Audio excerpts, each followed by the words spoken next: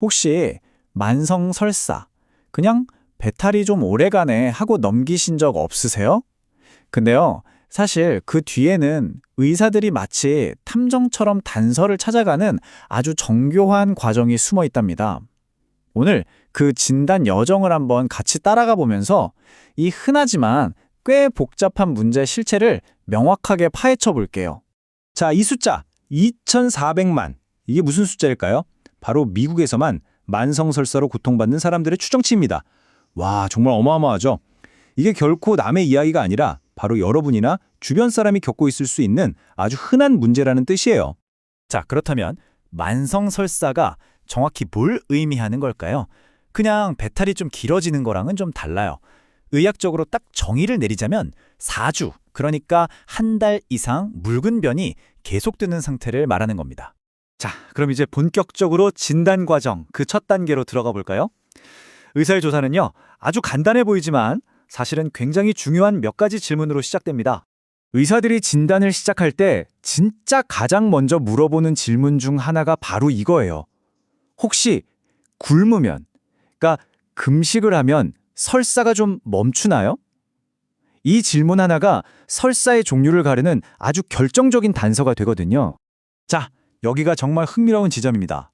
바로 여기서부터 의사들의 탐정 작업이 본격적으로 시작되는 거죠. 만약에 식사 후에만 설사를 한다?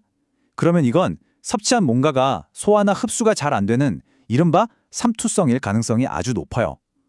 그런데 반대로 굶고 있을 때나 심지어 잠자는 중에도 설사를 한다면 이건 우리 몸이 스스로 장의 수분을 막 뿜어내는 분비성 설사를 의심하게 되는 거죠.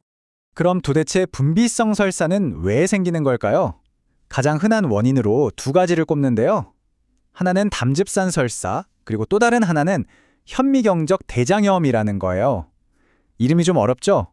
말 그대로 그냥 대장내시경으로 보면 멀쩡해 보이는데 현미경으로 조직을 들여다봐야만 보이는 아주 미세한 염증을 뜻해요.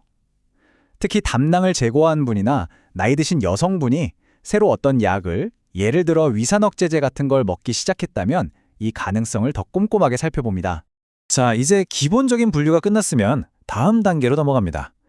의사들은 혹시 모를 더 심각한 질환의 가능성을 확인하기 위해서 위험 신호를 찾기 시작하거든요. 어떤 것들이 있는지 한번 같이 보시죠. 그런데 말이죠. 만약 지금까지 찾은 단서들이 뭔가 더 심각한 문제를 가리키고 있다면 어떡할까요? 때로는 이게 그냥 단순한 설사가 아닐 수도 있거든요. 그래서 지금부터가 정말 중요합니다. 그래서 보통 이런 초기 스크리닝 검사들을 쭉 진행하게 됩니다. 기본적인 혈액 검사로 빈혈이 있는지, 영양 상태는 괜찮은지 보고요.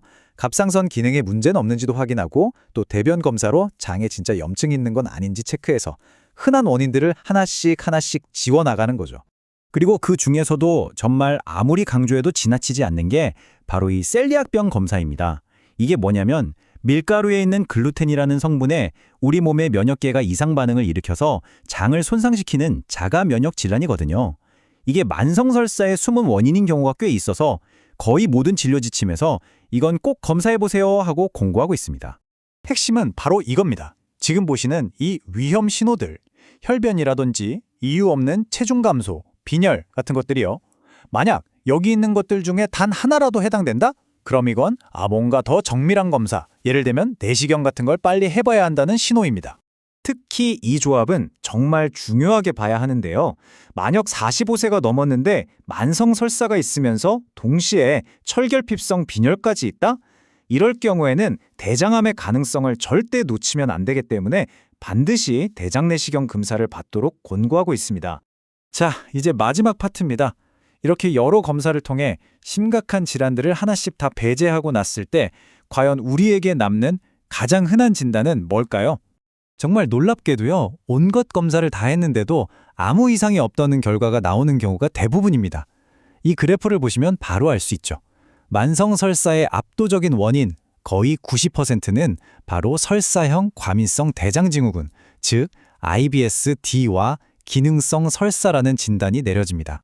예전에는 이걸 그냥 신경이 예민해서 그렇다, 스트레스성이다 이렇게 좀 두루뭉술하게 설명했었는데요.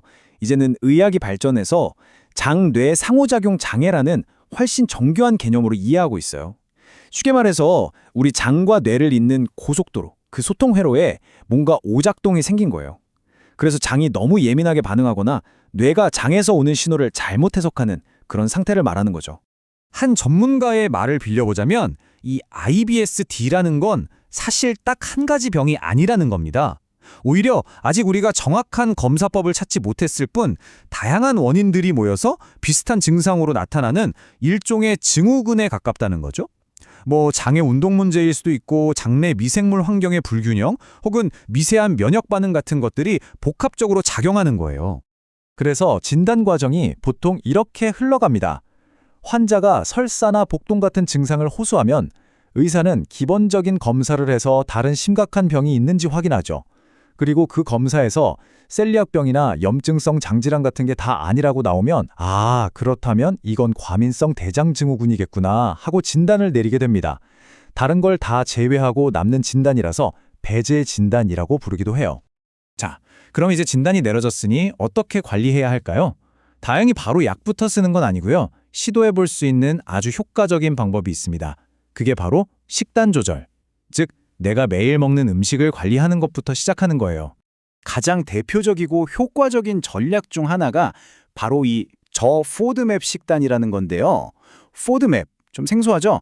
이게 뭐냐면 장에서 잘 흡수가 안 되고 쉽게 발효되는 특정 당 성분들을 묶어서 부르는 말이에요. 표에 보시는 것처럼 대표적으로 양파나 마늘, 콩, 그리고 유제품이나 꿀 같은 음식에 많이 들어있습니다. 아니 근데 왜 이 식단이 효과가 있는 걸까요? 원리는 간단합니다. 이 포드맵 성분들은 소장에서 흡수되지 않고 그대로 대장까지 내려가거든요. 그럼 거기서 장내 미생물들의 먹이가 되면서 발효가 일어나고 그 과정에서 가스가 막 생기고 배가 불편해지는 거예요. 그러니까 저 포드맵 식단은 이 미생물들의 연료 자체를 줄여주는 아주 직접적인 방법인 셈이죠.